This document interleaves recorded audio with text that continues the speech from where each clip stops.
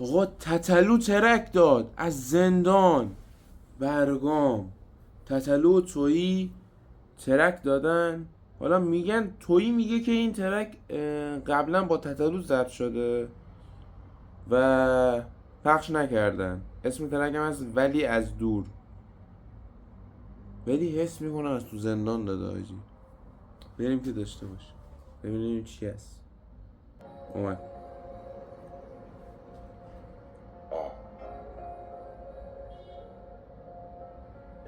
آجی. فکر کنم ویدیو با هوش مصنوعی درست شده.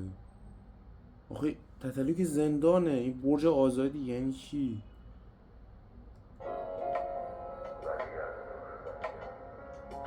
تویی هم ایرانه. ویدیو با هوش مصنوعی درست شده یا پرده سبزه؟ گرم احساس منی سرگرم یاد دیگران این روزا یادم میمونه باشه بیمران جالبی برام یعنی عاشقی الان فکر نمی سبک لاوه آجی. کردم به این زودی تازگی درام روز ما فارق و مطالب او در همه حال کشیدم دستم و به خاطر اون از همه کار خستم از جدایی از نسازی از رفتن یار ما که خوبیم و قشنگیم دل چرا معطل باز آره خوبی قشنگی تتلو قشنگ هوش مصنوعیه مطمئن باشین.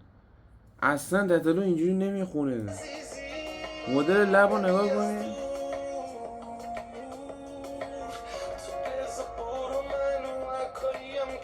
فیس خودشه ولی قیافه از مدل خوندن اصلا خودش نیست.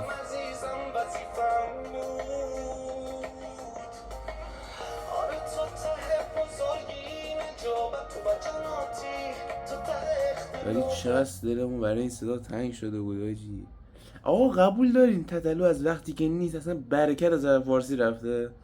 یعنی اصلا رپ فارسی سود و کور شده. تتلو قبلا یه جوری مثلا شور و شوق میداد، مثلا نمیذاشت سکوت بیفته. الان مثلا هر رپری برای خودش یه جا افتاده یه کاری داره میکنه. اف علکی رفته زندان.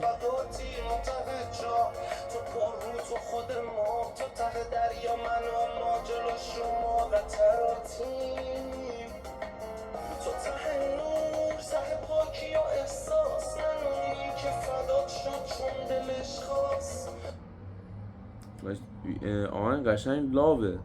قشنگ سبک لاوه. تتلو هم که داره اصلا میترگونه اصلا.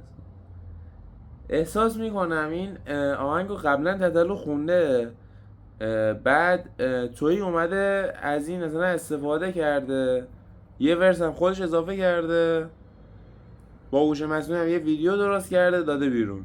یه همچین حسی میکنم.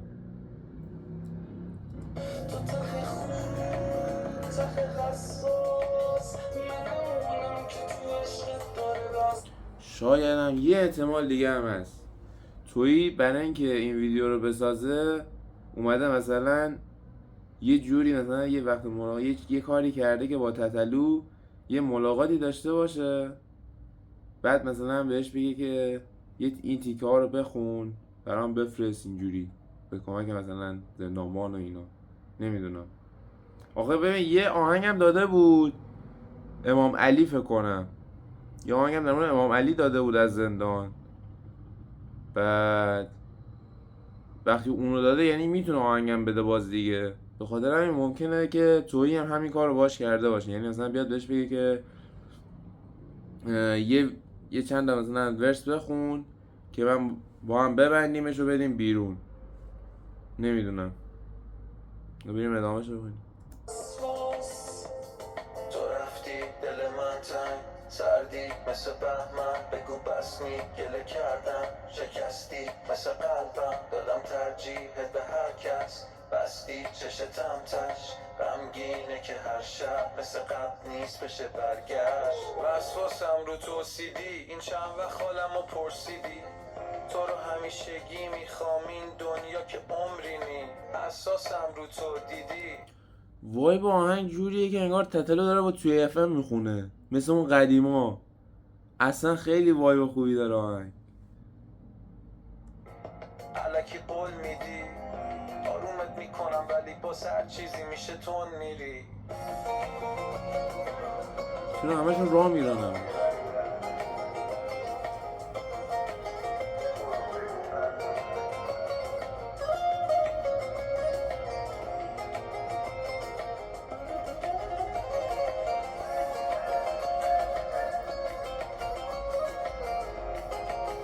شب موند.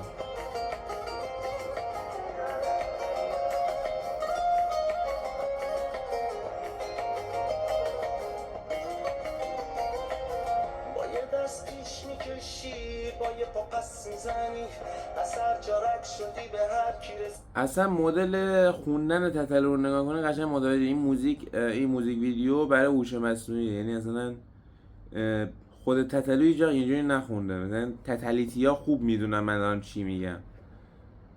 یه دستی زدی خودت تو خواستی به من حالا به هر قصدی ندی مده عزیزم و برو چون تو تا وقتی هستی بدی با یه دست پیش میکشی با یه پا پس میزنی از سر جارت شدی به هر کی رسیدی یه دستی زدی خودت تو خواستی به من حالا به هر قصدی ندی مده عزیزم و برو چون تو تا وقتی هستی بدی آره خوبی قشنگی عزیزی ولی از دور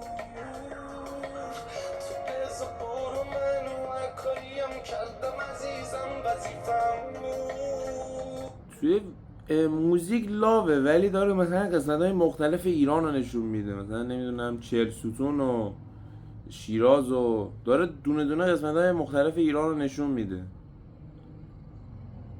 نمیدونم چجوری، یعنی هم لاف داره میخونه هم برای مثلا خدمت ایران داره میخونه هم داره نمیدونم تبلیغ ایران رو میکنه. نمیدونم والا اومده ترکیبی زده یه جورایی.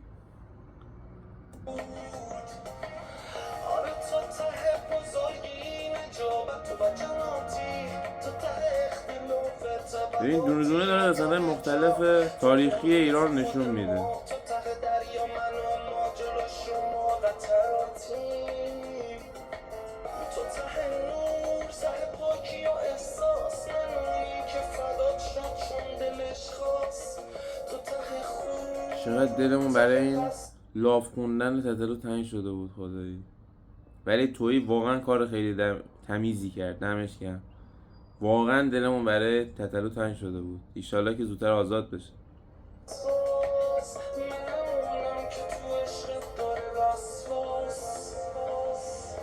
زندان فقط چهار دیواری بسته و سیم خاردار نیست گاهی آدم در زن خودش زندانی میشه در قید و بند ترس‌ها اشتباهات گذشته قضاوت دیگران و افکار پوسیده بعضی با زنجیر واقعی اسیر میشن بعضی با زنجیرهای نامرئی آزادی هم فقط عبور از درهای بسته نیست آزادی یعنی رها شدن از ترس دیوارهایی که از درون ساختی خیلی بیرون از زندان زندگی میکنن اما هنوز اسیرن و خیلی در پشت میلا اما از درونشون آزادتر از هر کس یا هیچ هنرمندی زندان نیست